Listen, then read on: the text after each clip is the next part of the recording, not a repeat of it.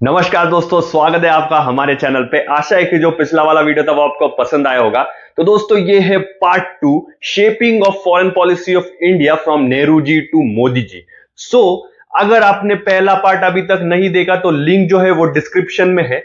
पहले पार्ट में हमने पूरी तरीके से एक्सप्लेन किया है कि कैसे इंडियन फॉरेन पॉलिसी जो है उसने शेप लिया नेहरू जी से लेकर अटल बिहारी वाजपेयी जी तक। तो इस वीडियो में हम बात करेंगे कि कैसे मनमोहन सिंह जी के टेन्योर में हमारी इंडिया की जो फॉरेन पॉलिसी है वो शेप हुई और कैसे अभी मोदी जी के टेन्योर में हमारी इंडियन फॉरेन पॉलिसी जो है वो शेप हो रही है। तो अटल बिहारी वाजपेयी जी के टेन्योर के बाद इंडिया में इलेक्शंस हुए और 2004 में बीजेपी इलेक्शन हार गई और कांग्रेस की यूपीए गवर्नमेंट जीत गई और तब इंडिया के प्राइम मिनिस्टर बने मनमोहन सिंह जी। तो अगर हम हिस्ट्री की बात करें तो जो हमारे इंडिया की फॉरेन पॉलिसी है वो पास्ट में बहुत सारी जो है कांग्रेस की टेन्योर में ही शेप हुई है।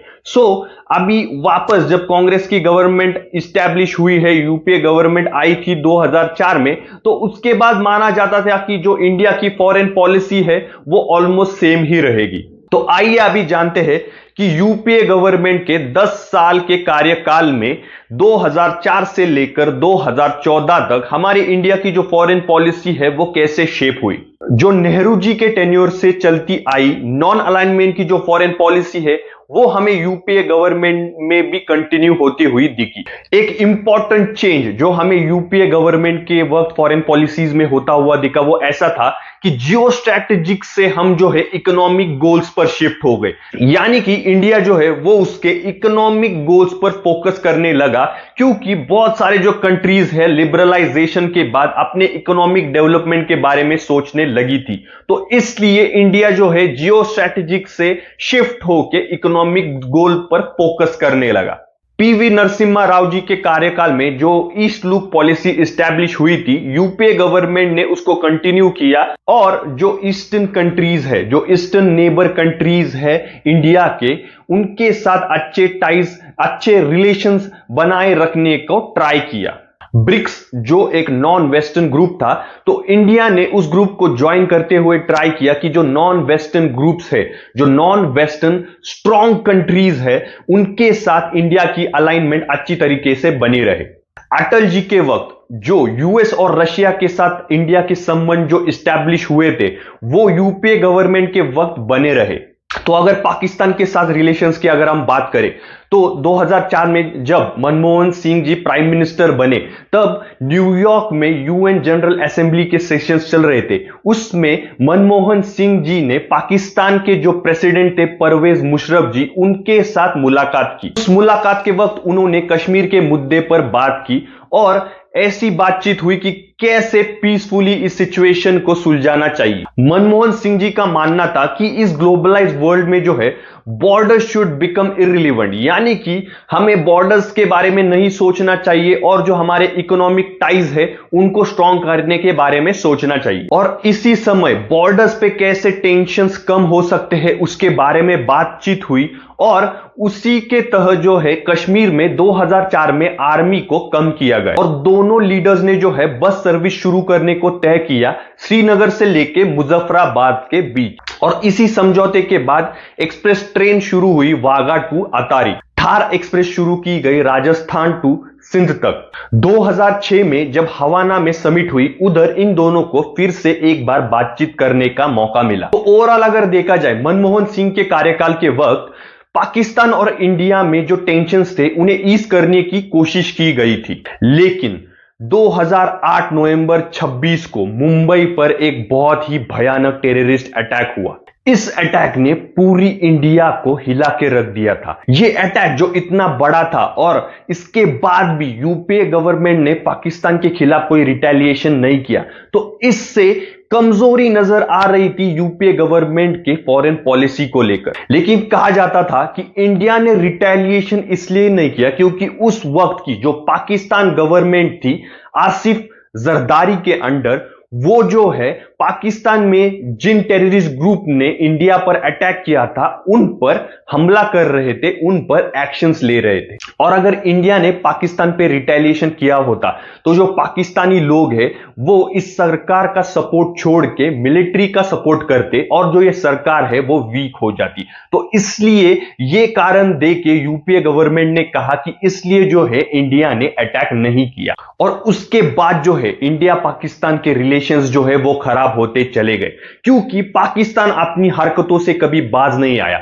बहुत सारे टेररिस्ट अटैक्स जो है वो पाकिस्तान की तरफ से किए गए और कहा जाता है कि उसमें पाकिस्तानी मिलिट्री और आईएसआई भी शामिल होते थे। तो इस वजह से जो है इंडिया पाकिस्तान के रिलेशंस जो है इस अटैक के बाद डिटोरिएट होते हुए चले गए। सो अभी अगर हम बात करें इंडिया चाइना रिलेशंस की, तो जो पहले से इंडिया चाइना रिलेशंस जो एस्टैब्लिश हुए थे यूपीए गवर्नमेंट के वक्त, वो रिलेशंस जो थे उनको बरकरार रखा गया। 2005 में चाइना के जो प्राइम मिनिस्टर थे वेन जियाबाओ, उन्होंने इंडिया को विजिट किया और उसके बाद प्रेसिडेंट हु जिनटाओ ने भी इंडिया को विजिट किया। 2006 में प्रणब मुखर्जी जो इंडिया के तब के डिफेंस मिनिस्टर थे, उन्होंने भी जाकर चाइना को विजिट किया था। तब इंडिया और चाइना में चर्चा हुई थी कि जो मिलिट्री कोऑपरेशन है वो कैसे दोनों कंट्रीज में बढ़ाया जाए। 2006 में दोनों कंट्रीज ने जो है नथुला पास सिक्किम में जो ट्रेड रूट है उसे ओपन करने में एग्री किया। और इंडिया चाइना में जो है बहुत सारे ट्रेड एग्रीमेंट्स हुए उस समय में, और चाइना जो है इंडिया का सबसे बड़ा ट्रेड पार्टनर बना, जो आज तक हमें दिखाई देता है कि आज तक चाइना जो है इंडिया का सबसे बड़ा ट्रेड पार्टनर है। तो इस तरह से इकोनॉमिक फ्रंट पर इंडिया चाइना के जो रिलेशंस है वो एस्टैब्लिश हुए। अब अगर इंडिया रशिया के रिलेशंस की हम बात करें तो यूपीए के टेन्योर में जो इंडिया रशिया के पहले से रिलेशंस थे वो बरकरार रहे। G20 समिट के वक्त इंडिया, चाइना और रशिया की जो मीटिंग्स थी वो साइडलाइन में होती हुई हमें दिखाई दी थी। और उसके बाद जो है ब्रिक ग्रुप की भी स्थापना हुई। ब्रिक पहले 4 कंट्रीज का था, ब्राजील, चाइना, रशिया और इंडिया। फिर उसके बाद साउथ अफ्रीका ने भी उसको ज्वाइन किया और वो ग्रुप जो है ब्रिक्स बना। सो इस तरह यूपीए गवर्नमेंट के वक्त जो है इंडिया के जो रशिया के साथ रिलेशंस थे वो बरकरार रहे। इंडिया के जो यूएस के साथ रिलेशंस एनडीए गवर्नमेंट के वक्त एस्टैब्लिश हुए थे वो यूपीए गवर्नमेंट ने बरकरार रखे। और इकोनॉमिक फ्रंट पे दोनों कंट्रीज ने जो है अपना फायदा देखते हुए बहुत सारे एग्रीमेंट साइन किए। न्यूक्लियर एनर्जी, स्पेस रिसर्च और हाई टेक्नोलॉजी जैसे सेक्टर्स में इन दोनों कंट्रीज ने जो है कॉर्पोरेशन बढ़ाया और बहुत सारे एग्रीमेंट साइन किए ताकि दोनों कंट्रीज को जो है इकोनॉमिक फ्रंट पे फायदा हो और जो टेक्नोलॉजी है वो यूएस से इंडिया में आए। 2005 में India US civil nuclear deal sign की गई। इसमें इंडिया को जो है एक इलाइट ग्रुप में ऐड किया गया ताकि इंडिया को जो है न्यूक्लियर सेक्टर के जो एडवांस टेक्नोलॉजीज है उसका एक्सेस मिले। तो इस तरह इकोनॉमिक फ्रंट पे जो है इंडिया यूएस के जो रिलेशंस है वो आगे बढ़े। इस तरह से अगर देखा जाए जो यूपीए गवर्नमेंट है उसके टेन्योर में इंडिया के जो रशिया, चाइना और यूएस के साथ जो रिलेशंस थे वो इकोनॉमिक फ्रंट पे आगे बढ़े और जो इंडिया के ईस्ट कंट्रीज के साथ रिलेशंस थे वो बरकरार रहे। लेकिन जो 26/11 का अटैक था उस पर रिटेलिएशन ना करके वो एक अटैक जो था वो यूपीए गवर्नमेंट के लिए फेलियर माना जाता है। तो अभी 2004 से लेकर 2014 तक यूपीए की गवर्नमेंट थी जिसको मनमोहन सिंह जी ने लीड किया। लेकिन 2014 में जो है यूपीए इलेक्शंस हार गई और एनडीए की सरकार फिर से एस्टैब्लिश हुई जिसके प्राइम मिनिस्टर बने नरेंद्र मोदी जी। तो आइए अभी हम जानते हैं कि नरेंद्र मोदी जी के कार्यकाल में इंडिया की जो फॉरेन पॉलिसी है उसने कैसे शेप लिया। तो अगर मोदी जी के टेन्योर में दोस्तों देखा जाए तो इंडिया की जो इंटरनेशनल इमेज है वो बहुत हद तक चेंज हुई और बहुत हद तक इंप्रूव हुई और इंडिया जो है एक स्ट्रॉन्ग कंट्री के रूप में दुनिया के सामने आया। 2014 में जब नरेंद्र मोदी जी इलेक्शन जीत गए तो उनका सबसे पहला स्टेप यह था कि शपथ विधि को उन्होंने बहुत सारे जो साउथ एशिया कंट्रीज के लीडर थे उनको आमंत्रित किया था और बहुत सारे जो बड़े बड़े लीडर्स हैं उनके शपथ विधि में मौजूद थे। जब नरेंद्र मोदी जी जो है 2014 में इलेक्शन जीत गए, तब यूएस के प्रेसिडेंट बराक ओबामा ने मोदी जी को कॉल किया और उन्हें यूएस इनवाइट किया। अगर पहले देखा जाए, जब नरेंद्र मोदी जी प्राइम मिनिस्टर नहीं थे, गुजरात के चीफ मिनिस्टर थे, तब मोदी जी का जो यूएस का वीजा था वो कैंसिल किया गया था। लेकिन जब नरेंद्र मोदी जी प्राइम मिनिस्टर बने तो पहला कॉल उन्हें ओबामा जी का आया और उन्होंने उन्हें यूएस इनवाइट किया। और ओबामा जी ने जो है इंडिया के 2015 का जो रिपब्लिक डे है उस वक्त उन्होंने इंडिया को विजिट किया था। तो अगर दोस्तों मोदी जी के फॉरेन पॉलिसी के बारे में अगर हम बात करें तो मोदी जी की जो फॉरेन पॉलिसी थी वो बहुत ही प्रैग्मेटिक थी। प्रैग्मेटिक मतलब कि जो इंडिया है बाकी कंट्रीज के साथ ऐसे रिलेशंस बना रहा था जिससे दोनों कंट्रीज का जो है इकोनॉमिक फायदा हो। प्रैग्मेटिक व्यू मतलब मोदी जी ने बाकी कंट्रीज के साथ जो है इकोनॉमिक फ्रंट पे बहुत सारे रिलेशंस बनाए। अगर किसी कंट्रीज के साथ हमारे जो मतभेद चल रहे हैं उसको साइड में रखते हुए हम इकोनॉमिक एग्रीमेंट्स बनाएंगे और ये जो मुद्दा है उसे साइड बाय साइड सॉल्व करेंगे। तो इस पॉलिसी के तहत जो है हमारे कंट्री की जो इकोनॉमिक डेवलपमेंट है उस पर बहुत ही ध्यान दिया गया। मोदी जी ने जो है एक अलग व्यू हमारे फॉरेन पॉलिसी को दिया। मोदी जी ने जो है हमारा जो इंडिया का कल्चर है उसे रिप्रेजेंट करना शुरू कर दिया। अगर हम सारे पिछले जो हमारे कंट्रीज के प्राइम मिनिस्टर है उनके बारे में अगर बात करें तो मोदी जी जो है फॉरेन पॉलिसी को लेकर बहुत ही एक्टिव थे। नेहरू जी के बाद पहला ऐसा प्राइम मिनिस्टर था जो फॉरेन पॉलिसी को लेकर इतना एक्टिव दिखाई दिया। 2014 के बाद उनके पहले टेन्योर में उन्होंने बहुत सारे कंट्रीज को विजिट किया। अराउंड 59 ट्रिप्स उन्होंने निकाले नए नए कंट्रीज को विजिट करने में। और नेपाल जैसे कंट्री को, जहां पे हमारी कंट्री का जो प्राइम मिनिस्टर है अराउंड 20 सालों तक नहीं गया था, मोदी जी ने नेपाल को विजिट किया। और बहुत सारे ऐसे कंट्रीज है उनको मोदी जी ने जो है फर्स्ट टाइम विजिट किया। तो अगर मोदी जी के फॉरेन पॉलिसी के बारे में अगर हम बात करें तो बहुत सारे कंट्रीज के साथ बायलैटरल टाइज बनाने में मोदी जी ने इन्वेस्ट किया। मोदी जी ने उनके टेन्योर में बहुत सारे पावरफुल कंट्रीज को विजिट किया, जैसे कि यूएस, यूके, चाइना जैसे बहुत सारे पावरफुल कंट्रीज है उनको विजिट किया। और जो एशियन, साउथ एशियन कंट्रीज है उनको भी मोदी जी ने विजिट किया। और जो छोटे छोटे अफ्रीकन कंट्रीज है उनको भी मोदी जी ने जो है विजिट किया। और मोदी जी ने जो है इन कंट्रीज को विजिट करते समय हमारा जो कल्चर है और जो उनका प्रैग्मेटिक व्यू है इन दोनों को उन्होंने यूज किया। प्रैग्मेटिज्म इसलिए ताकि इन कंट्रीज के साथ जो है इकोनॉमिक टाइज किए जाए, और जो हमारा कल्चर है एक सॉफ्ट पावर दिखाने के लिए उन्होंने हमारा कल्चर जो है उसका यूज किया। और जो हमारा इंडियन कल्चर है उसे सारे देशों के सामने इतनी अच्छी तरीके से पेश किया कि जो फॉरेन कंट्रीज के पीपल है वो हमारा जो कल्चर है उसे पसंद करने लगे। मोदी जी ने जो है इंडिया के सॉफ्ट पावर को बहुत ही अच्छी तरीके से यूज किया। जो हमारा इंडियन डायस्पोरा है यानी कि जो हमारे पीपल फॉरेन कंट्रीज में है उनके साथ मोदी जी ने बहुत ही अच्छी तरीके से कनेक्ट किया।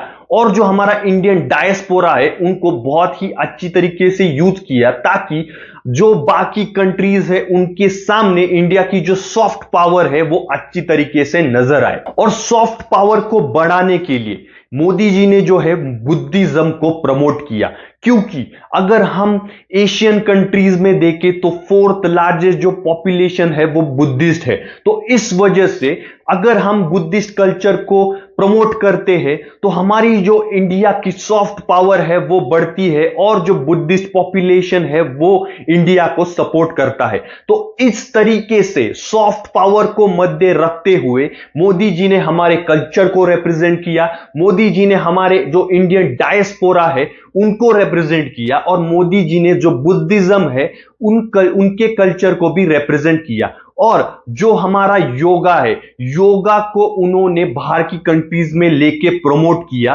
ताकि जो हमारी कंट्री की सॉफ्ट पावर है वो अच्छी तरीके से रिप्रेजेंट हो। तो अगर इंडिया के सॉफ्ट पावर के बारे में अगर हम बात करें तो मोदी जी के टेन्योर में इंडिया की जो सॉफ्ट पावर है वो बहुत ही अच्छी तरीके से रिप्रेजेंट हुई, और इन सारे पॉइंट्स की वजह से जो है इंडिया की सॉफ्ट पावर दुनिया को दिखी। और आज अगर मोदी जी किसी भी फॉरेन कंट्री में जाते हैं, अगर वो ऑस्ट्रेलिया जाते हैं, अगर वो यूएस जाते हैं, तो उनका स्वागत एक कॉन्सर्ट की तरह होता है।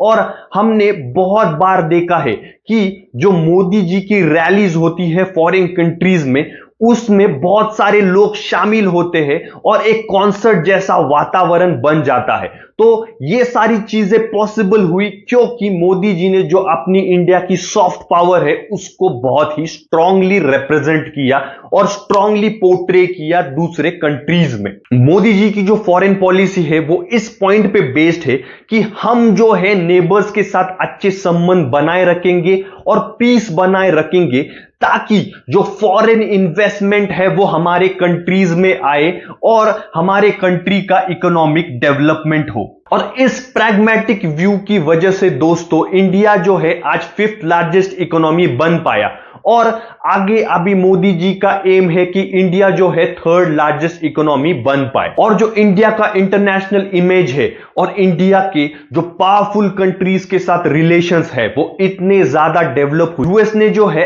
एग्री किया कि वो इंडिया को सपोर्ट करेंगे यूएन में परमानेंट मेंबरशिप मिलाने के लिए। 2014 में जो 18th सार्क समिट हुआ काठमांडू में, सार्क यानी कि south Asian association of regional cooperation, तो इस समिट में मोदी जी ने जो है वो प्रस्ताव रखा कि जो रेल, रोड और एनर्जी के जो है कनेक्टिविटी पूरे सार्क में जितने मेंबर है उन देशों में बढ़ाए जाए और अलग अलग जो है एग्रीमेंट साइन किए जाए, ताकि सारे कंट्रीज का जो है इकोनॉमिक डेवलपमेंट हो और ट्रेड करने के लिए एक अच्छा इंफ्रास्ट्रक्चर डेवलप हो। लेकिन पाकिस्तान की वजह से जो है ये एग्रीमेंट फेल हुआ और ये जो समिट हुई थी काठमांडू में वो एक फेलियर नजर आई। तो इस फेलियर के बाद मोदी जी ने जो है सार्क पर अपनी डिपेंडेंसी छोड़ दी और जो हमारे साउथ एशियन कंट्रीज है या एशियन कंट्रीज है उनके साथ बायलैटरल जो इंडिया के टाइज है उनको डेवलप करना शुरू कर दिया। मोदी जी के टेन्योर में बहुत सारे जो कंट्रीज है उनके साथ इंडिया के अच्छे संबंध बने।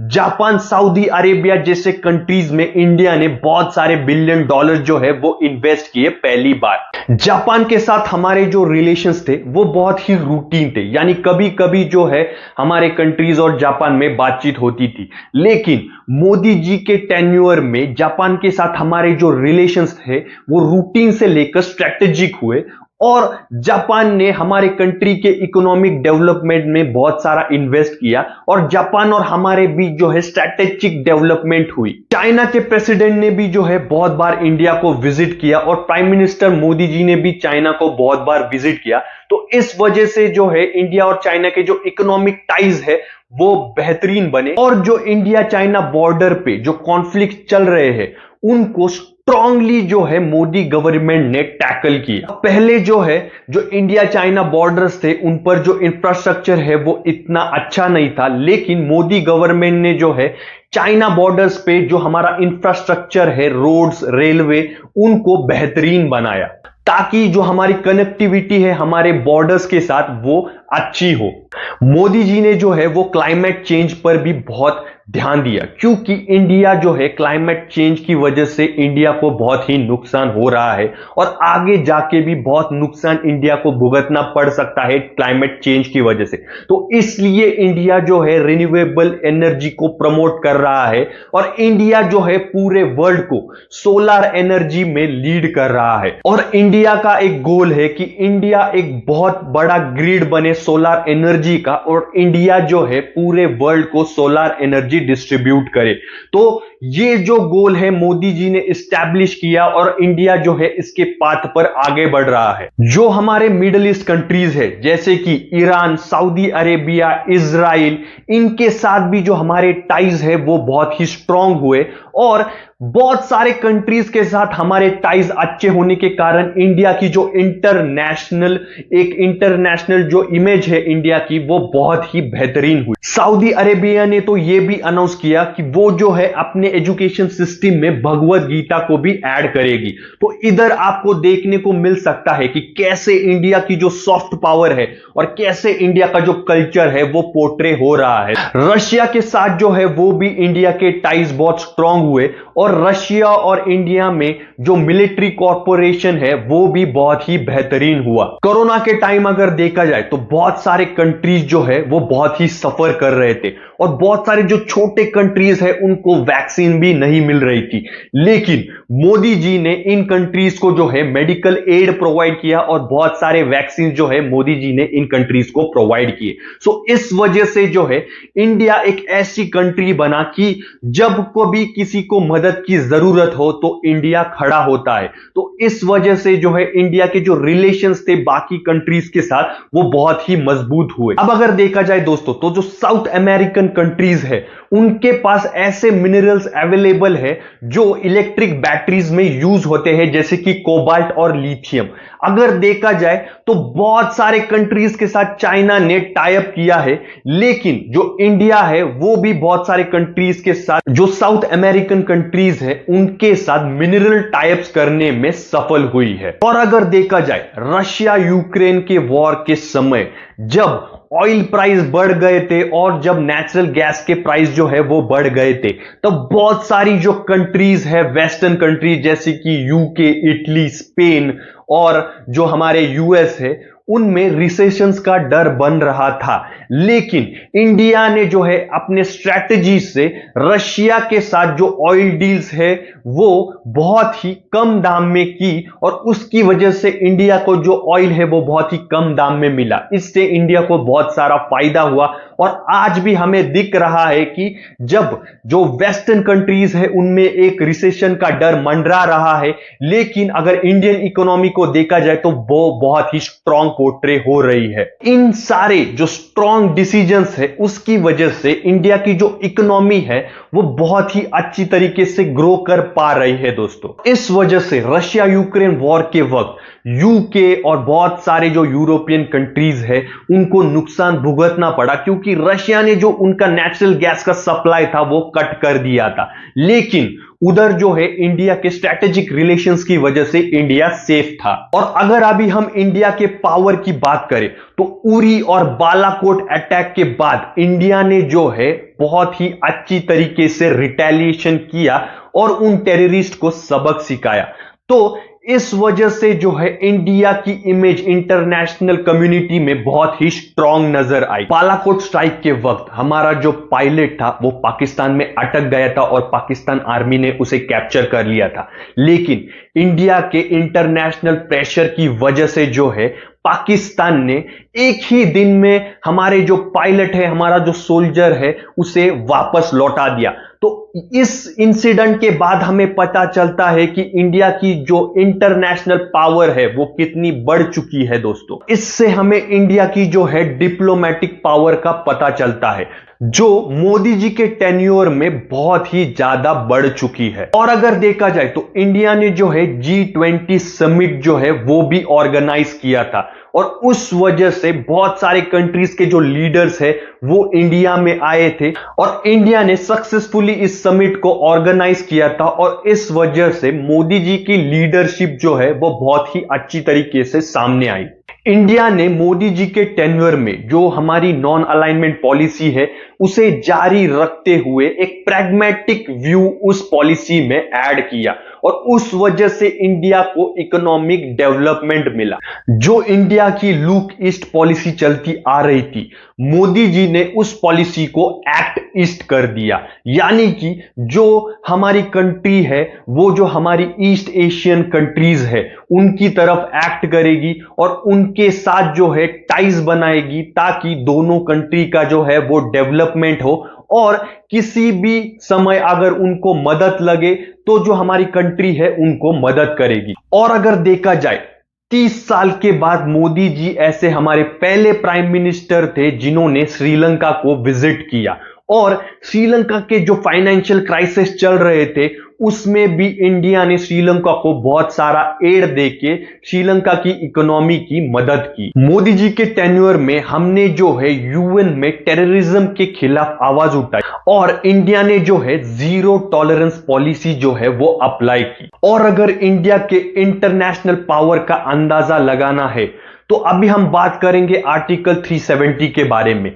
इंडिया ने आर्टिकल 370 को हटा दिया, लेकिन किसी भी फॉरेन कंट्रीज ने जो है इसके खिलाफ आवाज नहीं उठाई और बहुत सारे जो कंट्रीज है उन्होंने कहा कि ये इंडिया का अंदरूनी मामला है और इस वजह से इनमें किसी भी कंट्री ने इंटरफेयर नहीं करना चाहिए। यूएस, यूके, फ्रांस, रशिया जैसे बड़े बड़ी कंट्रीज ने ये जो इंडिया का मामला है उसे सपोर्ट किया। मोदी जी के टेन्योर में इंडिया और फ्रांस के जो टाइज है वो भी बहुत स्ट्रांग हुए हैं और फ्रांस जो है इंडिया का एक अच्छा दोस्त बनकर सामने आया है। और अगर देखा जाए तो इंडियन एनआरआई और इंडियन डायस्पोरा का जो यूज है वो भी बहुत अच्छी तरीके से किया गया है, क्योंकि जब भी कोई इंडियन जो फॉरेन कंट्रीज में है वो किसी भी मुसीबत में हो तो मोदी गवर्नमेंट ने ट्राई किया है कि उन लोगों की मदद हो और उस वजह से जो है जो इंटरनेशनल इंडियन पॉपुलेशन है वो मोदी जी को बहुत ही सपोर्ट करते हैं और उस वजह से इंडिया की जो सॉफ्ट पावर है वो बहुत ही ज्यादा बढ़ चुकी है। तो इंडियन डायस्पोरा में मोदी जी की जो प्रियता है वो बढ़ने के कारण मोदी जी जो है वो वर्ल्ड के मोस्ट फॉलोड लीडर जो है वो बन चुके हैं। और अगर देखा जाए दोस्तों तो पूरे वर्ल्ड में जो है वॉर सिनारियो चल रहे हैं। रशिया यूक्रेन का वॉर चल रहा है, इजराइल जो है वो बहुत सारे कंट्रीज के साथ वॉर कर रहा है, इजराइल के साइड पे यूएस खड़ा है, ईरान के साइड पे रशिया और चाइना खड़े हैं। तो बहुत सारी कंट्रीज जो है वो वॉर सिचुएशन में है, लेकिन इंडिया की नॉन अलाइनमेंट पॉलिसी की वजह से इंडिया जो है इन वॉर से दूर है। इंडिया जो है वो सिर्फ अपनी इकोनॉमिक डेवलपमेंट के बारे में सोच रहा है। तो ओवरऑल अगर देखा जाए दोस्तों मोदी जी के टेन्योर में जो है इंडिया ने एक प्रैग्मेटिक व्यू अपनी फॉरेन पॉलिसी में रखा है और उन्होंने मेक श्योर किया है कि बहुत सारी कंट्रीज के साथ वो बायलैटरल टाइज बनाए और ऐसे एग्रीमेंट साइन करे कि ताकि दोनों कंट्रीज के जो है इकोनॉमिक डेवलपमेंट हो। और इस वजह से इंडिया जो है एक स्ट्रॉन्ग कंट्री की तरह से बाकी के देशों के सामने आया है। और आज से पहले अगर देखा जाए तो इंडिया जो है एम्यूनिशंस और मिलिट्री इक्विपमेंट जो है वो सिर्फ इंपोर्ट करता था, लेकिन आज की डेट पर अगर देखा जाए तो इंडिया इतना आत्मनिर्भर बन रहा है कि वो जो है मिलिट्री इक्विपमेंट्स जो है वो एक्सपोर्ट कर पाए दूसरे देशों को। यूएस, फ्रांस, इजराइल और रशिया के साथ इंडिया के जो है बहुत सारे मिलिट्री एग्रीमेंट्स भी साइन हुए हैं। और अगर देखा जाए तो जापान, रशिया के साथ इंडिया जो है वो बहुत सारी जो बायलैटरल मिलिट्री ड्रिल्स जो है वो परफॉर्म करता रहता है।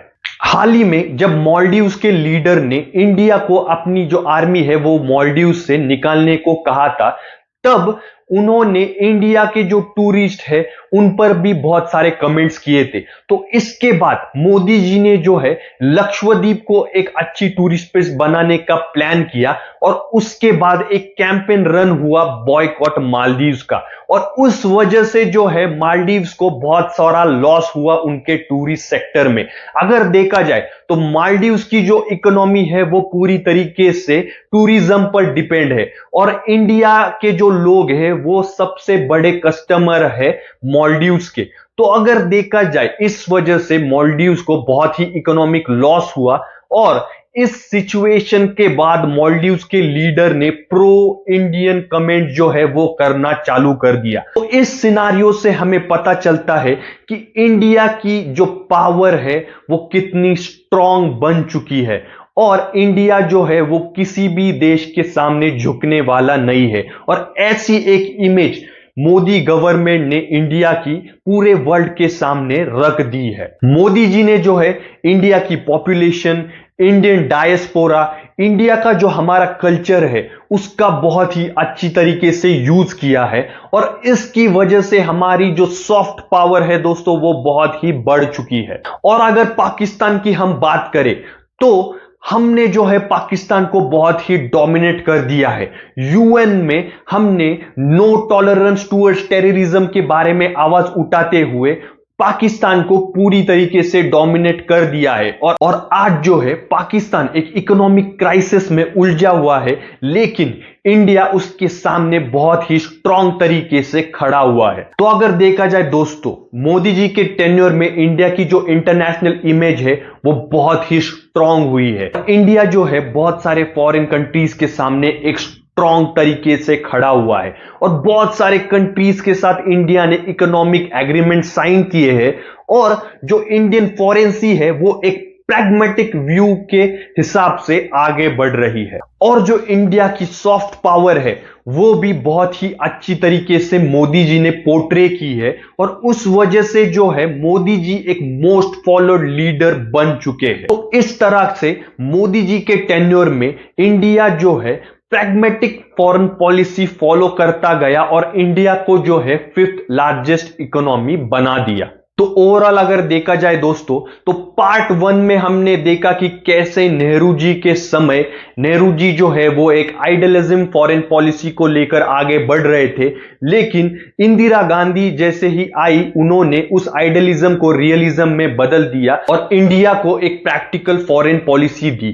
तो उसके बाद यूपीए गवर्नमेंट ने जो है थोड़ा सा प्रैग्मेटिक व्यू हमारे फॉरेन पॉलिसी में ऐड किया और उसके बाद मोदी जी ने जो है हमारी कंट्री को इंटरनेशनली एक बहुत ही बड़े प्लेटफॉर्म पर जाके रख दिया और बहुत ही प्रैग्मेटिक व्यू से हमारी जो इंडिया की इकोनॉमी है उसके डेवलपमेंट के बारे में सोचा और हमारी कंट्री जो है वो 5th लार्जेस्ट इकोनॉमी बनी। अभी मोदी जी जो है वो एम कर रहे हैं कि हमारी कंट्री को 3rd लार्जेस्ट इकोनॉमी वो बना के रहेंगे। तो इस तरीके से मोदी गवर्नमेंट के टेन्योर में प्रैग्मेटिक व्यू में हमारी पॉलिसी शेप हुई। तो दोस्तों ये था हमारा पार्ट 2 इंडिया के फॉरेन पॉलिसी के बारे में। अगर आपने पार्ट 1 अभी तक नहीं देखा तो डिस्क्रिप्शन में हमने लिंक दी है, उस पर जाकर आप पार्ट 1 देख सकते हैं। और अगर आपको हमारा वीडियो पसंद आया हो तो हमारे चैनल को सब्सक्राइब जरूर कीजिएगा और इस वीडियो को अपने दोस्तों के साथ शेयर जरूर कीजिएगा। धन्यवाद दोस्तों।